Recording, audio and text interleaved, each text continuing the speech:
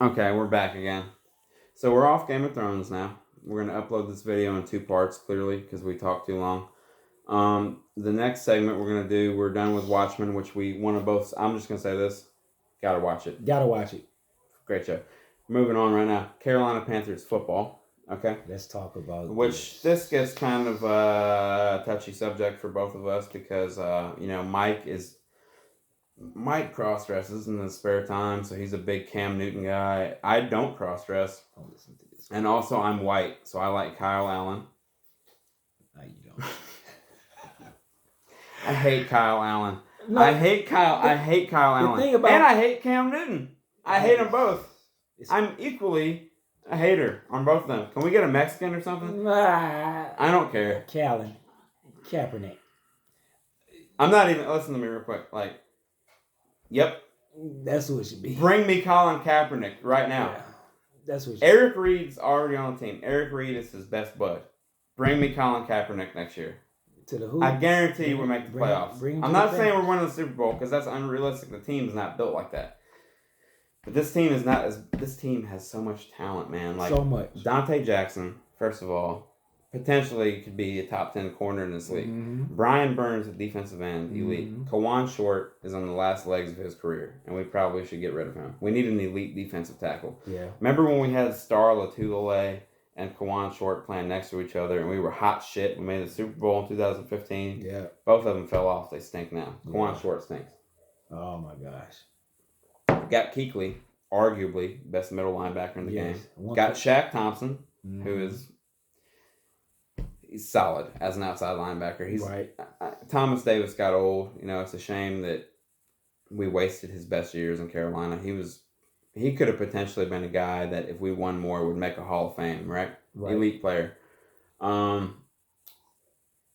Safety, Eric Reed, I like him. That's pretty much all I have to say on defense. I guess James Bradbury, I kind of have a soft spot for him because he's a big physical boundary corner. And you need that guy. You need that 6'2" boundary guy. He doesn't have the long speed, but he's got quicks. Right. He's physical, so he can play press man, and he's got that recovery speed and long arms. He's not going to give up plays. I like Bradbury in the scheme that we run.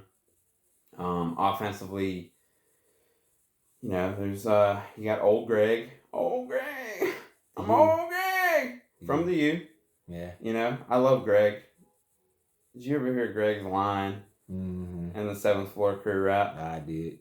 What did he say? What did they call me, Big Greg? What you got, third leg? He was talking about his dick. Listen to Danny. But listen. He was cool.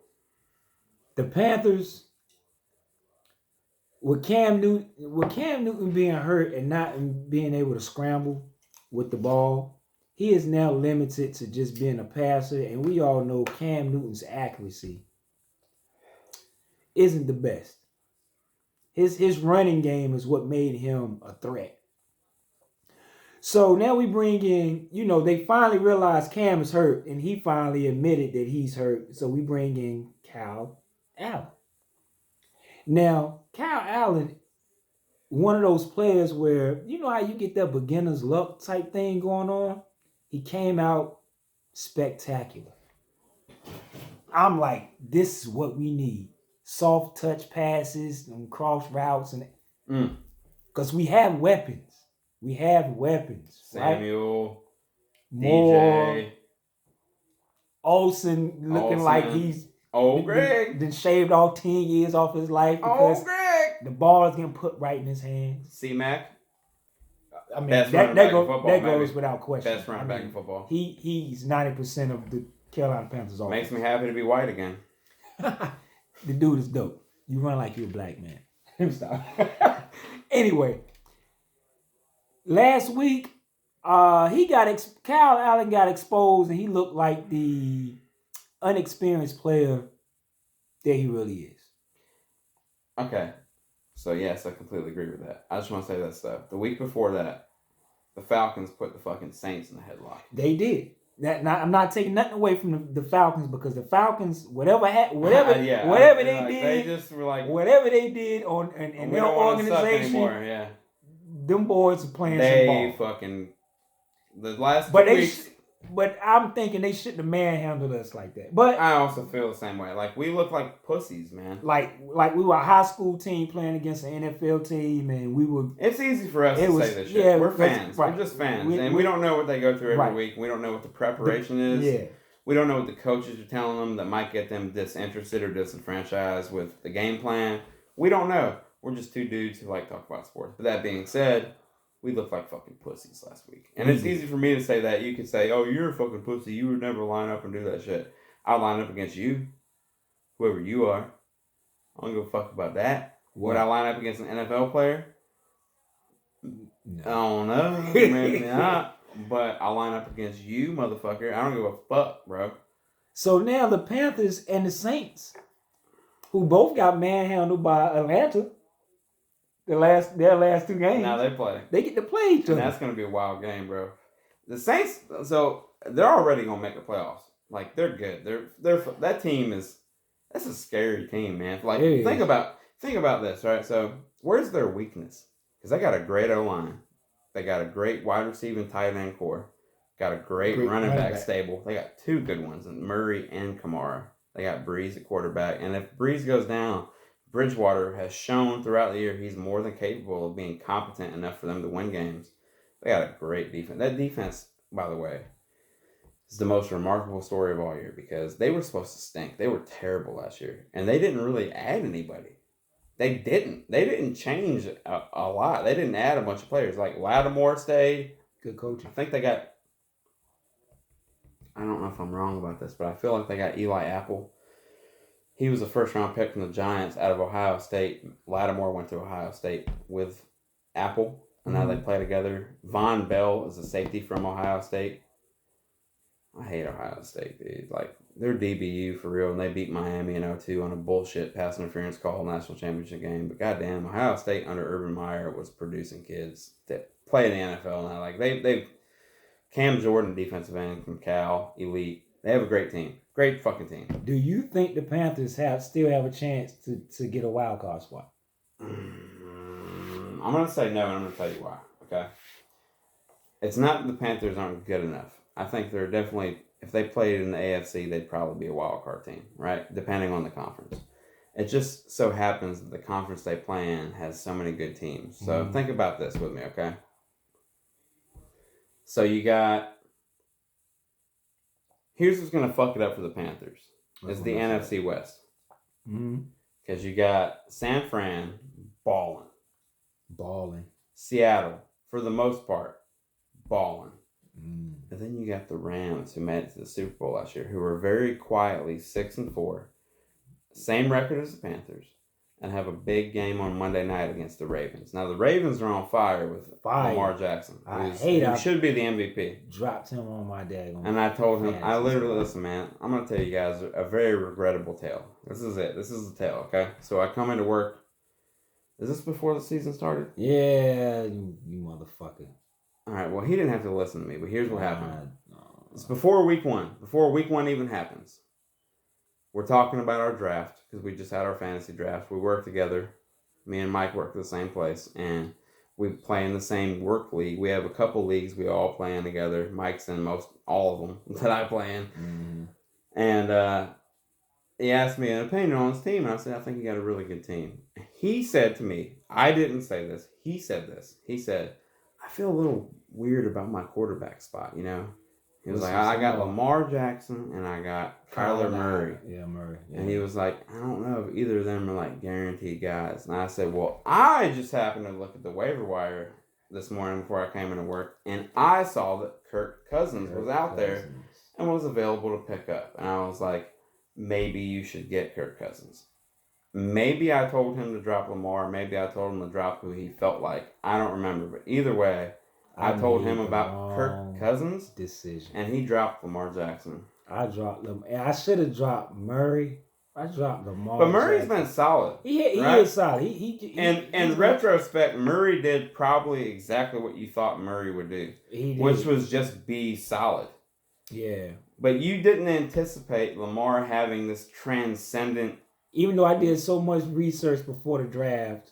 And they all told you to keep Lamar Jackson. And they said Jackson is the one. Is the one you need to.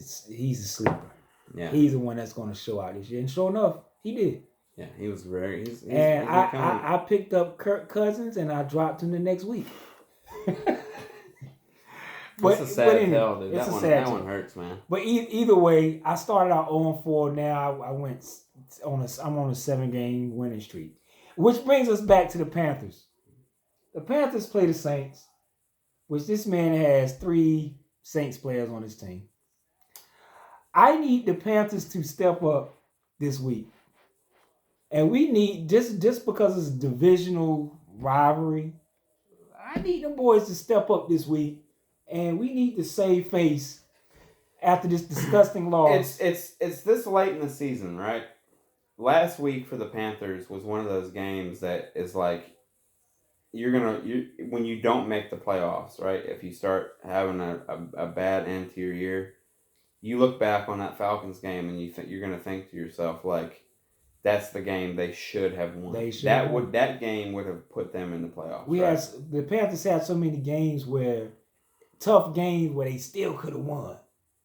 It just comes down to the coaching, man. Yeah. So is Cam going to come back next year? For the Panthers? For the Panthers.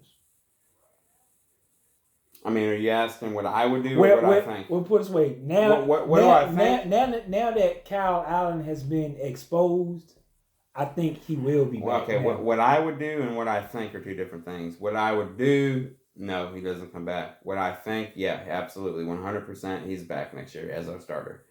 That's not what I would do. I would not. I think a healthy Cam is dangerous. If he comes back next year, that means you're going to be resignated to Cam for the next 2 to 3 years for sure. Really? Now you're wasting prime McCaffrey and the end of Luke Kuechly's prime on Cam as your starter. And I don't think that's fair to those guys. I think the best thing for you to do at this time is cut all ties with him. Which the new owner may do. And then you try and either A, find somebody that's as close to ready to play as you can be in the draft. Kaepernick. Or B, sign a high-quality free agent to get you through it and then build a team around that free agent. And there's guys in the draft this year that would help out Carolina tremendously. Like, I don't think Carolina has a weakness at wide receiver or running back.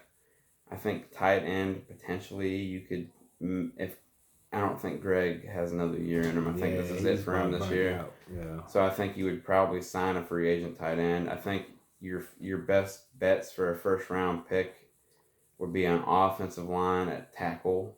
Mm-hmm. And then I would, if not at tackle, I would try and find an impact-making defensive tackle. And first thought that pops in my brain is Raekwon Davis from Alabama or from Auburn, Derek Brown from Auburn, if he were to fall to where the Panthers would be, which would probably be a mid to late first round, thinking from somewhere from like 17 to 22 is where they'll fall. Because I don't think they could make the playoffs, but I really just don't think they're going to make the playoffs. If they win tomorrow, which I'm hoping they do, we still have a shot. Okay, bear with me real quick. Bear with me. So let's just say this. Okay, let's just say all things are equal, right? We win. We go. Where are we right now? 6-4. Right. Yeah. Let's say we go fucking 10-6, 11-5. Be honest right now. Are we talented enough to beat every team in the NFC and AFC and win a Super Bowl this year? Can we do it? Be serious. If every not with Kyle Allen. No. And well, just overall. That's who it's going to be, right? No. So no, right? No. No. So let me just say this to you then. So they just drop the ball and just let it go? No. I'm not saying a tank, but I'm just saying this. The more you win, the more your draft pick moves up, and the less impact players you're going to have in that first, second, third round area. Right. At a certain point, as an owner, a responsible owner of a football team who cares about his money and his bottom line and his talent on his team, if you give a shit and you have anything that's in tune with football knowledge, you're going to think to yourself, okay, Ron Rivera ain't it. No, he's definitely not it. So He's proved that time and time. he's a again. fucking disaster. Like I loved Ron, man. I'm not gonna lie to you. Like Me Ron, too. Ron had me, man. He had me. And I think Ron is trying to get fired. after 2015, the Super Bowl with Cam and that Denver game. I mean that shit. You know, we made it to 2 Super Bowls, and that broke my heart both times. Both Like, times. crushed me, man. Crushed me to the point where the next year I couldn't even watch no more. He came in one day from work the next day, and he was talking about the game against Detroit where he said Ron went for 2 when we were about to tie the game up. He went to go for a win or something like that. I don't remember what you said, but you told me that they went for 2 when they shouldn't have went for 2. It was like a retarded call. And then we lose that game, and we were 5-2 at that point last year, and then we lost almost every game after that. And I thought to myself, like, that dude literally made a gamble because he's Riverboat Ron, and it cost us the momentum of the season and the will of the team. Yep, that's all it takes, man. That's all, and your players are trusting you and your play calling. But I don't know, man. These Panthers. I don't know, so much talent that's not organized. It breaks my heart to keep thinking about it. But you know, I would like to see them make the playoffs. I really don't even care about if we make it and that'll kind of mishandle our draft pick or whatever the case may be, because they may make the playoffs and then who knows, they might get a spark of life. I don't know. But I would like to see these guys turn this horrible season into a Cinderella type thing. I really would.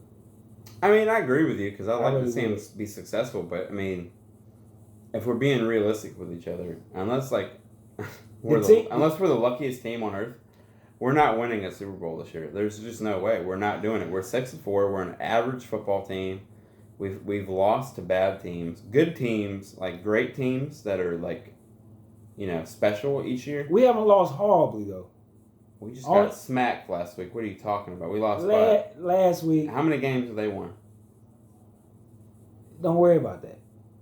But they only lost horribly to Atlanta and to San Fran. Yeah, San Fran beat their ass. Those are the only 2 teams that we got beat horribly. Have we played Seattle yet? Heck no. We still got to play them. Hell yeah. And we play New Orleans again. Yeah. And we play Atlanta again, I think, right? I think we've already.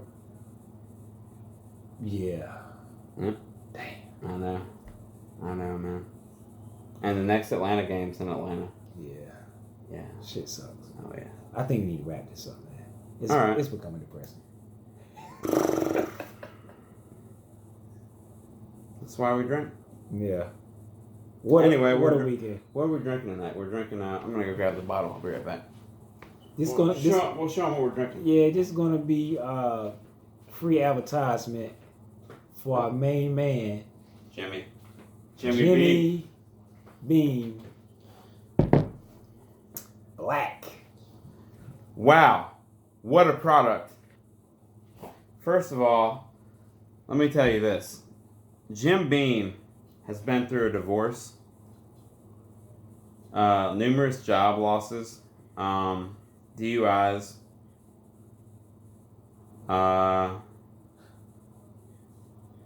what's the thing I'm looking for?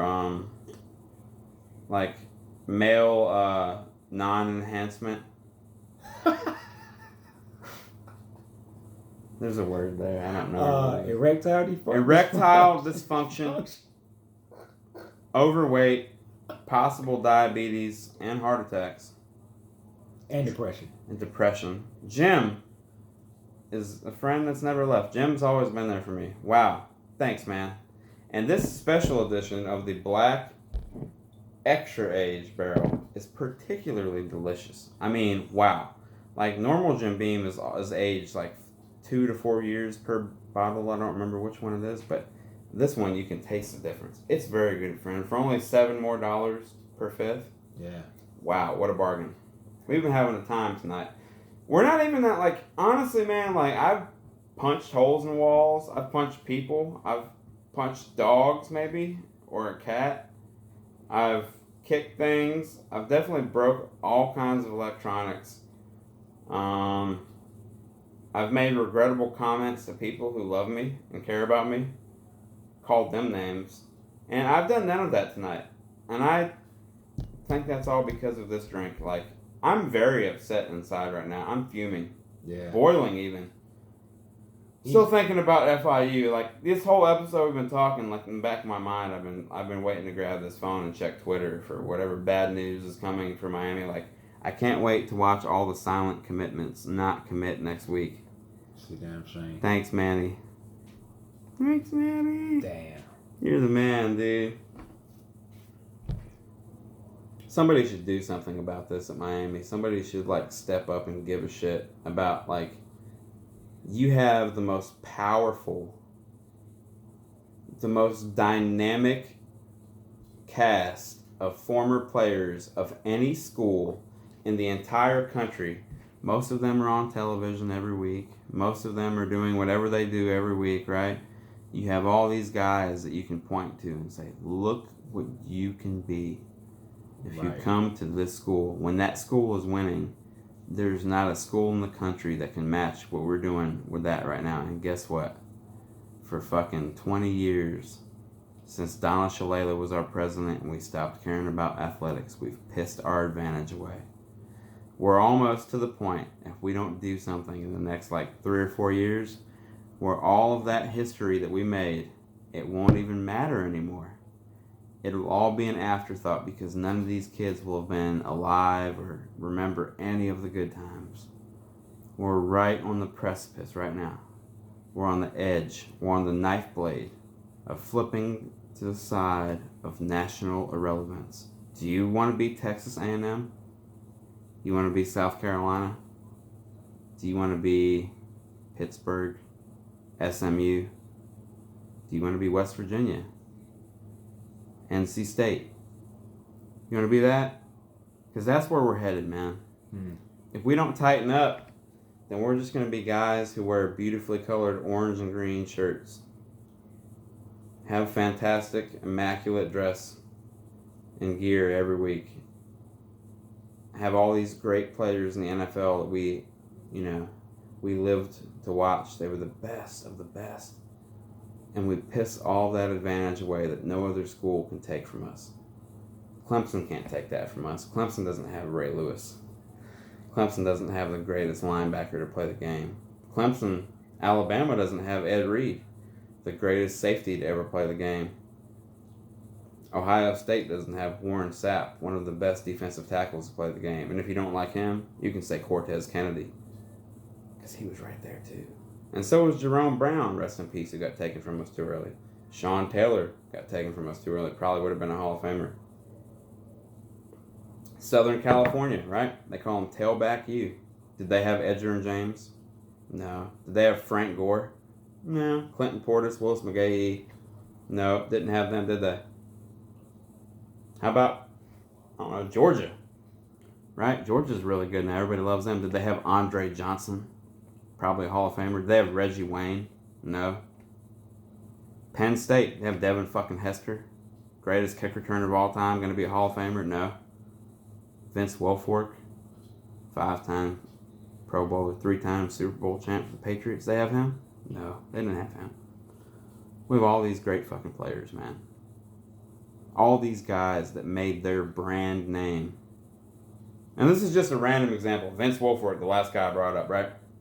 Totally random example. Successful pro career, 5-time Pro Bowler, 3-time Super Bowl champ with New England Patriots. He's the national rep for football for Kingsford. He does all the Kingsford charcoal. The charcoal you use all the time, Kingsford. Vince Wilfork is the representative. He does all their commercials. Big old Vince. He loves grilling. He's just a whole country Miami boy. Boynton Beach, Florida. Yep. That's what we have. We have the greatest lineage of baller-ass motherfuckers. Badass motherfuckers. That made their name beating the shit out of people in the NFL. Fuck the all schools got. Y'all ain't got shit on us, man. Unless you're USC or Notre Dame with all white players before World War II when black people couldn't play football, and you count them. The only other school I count that has put out as many good players as Miami is USC. Because USC did it with black players. Notre Dame's players are all white. Most of Ohio State's are all white. And it's all like pre-World War II, like before black people could play football. It's bullshit. It's fucking racist. Disgusting. Miami's the greatest fucking college football team that you guys have ever seen. And y'all lost to And we lost to FIU. FIU tonight. You're a disgrace. Everybody on the team, all 85 of you. And there's not 85 of you. You're operating under 85 for God knows what reason. We're not on probation anymore. We haven't been for years, and we're not at 85 players. But anyway, didn't play Lorenzo Lingard tonight. I don't want to talk about that either. But this was a longer episode than it was supposed to be. This was like a 25-minute longer episode than it was supposed to be. We got out of character a little bit. We're usually not this long-winded. It's usually really concise. But I had a lot to say tonight. So did he. A lot of Jim Beam. I ain't really say that much, but yeah, it's whatever. Anyway, we're going to end it in just a second here. This is the Mike and Danny show. The Mike and Danny show. We're rebooting it. We did this about 3 years ago. We took a long hiatus. We're back again. We're probably going to try and do it monthly, if not weekly. At least monthly, though. The off season's coming up. We're going to try and do one every month for the off season. Just get together, hang out with you guys if y'all want to watch us. You know. And if you don't. And honestly, you know, if you guys have anything to say, please like the video, subscribe to the channel that it's being displayed from, and then comment on anything you'd like to hear us discuss next week, because if we care about it, if we give a shit about it, we'll talk about it. If we don't, we're not going to bring it up. We'll acknowledge your comments, you know, and stuff like that. Next episode. Maybe. Yeah, maybe. But we're going to end it with this. It's great to be a Miami Hurricane. It's all about the U, baby. Take it easy.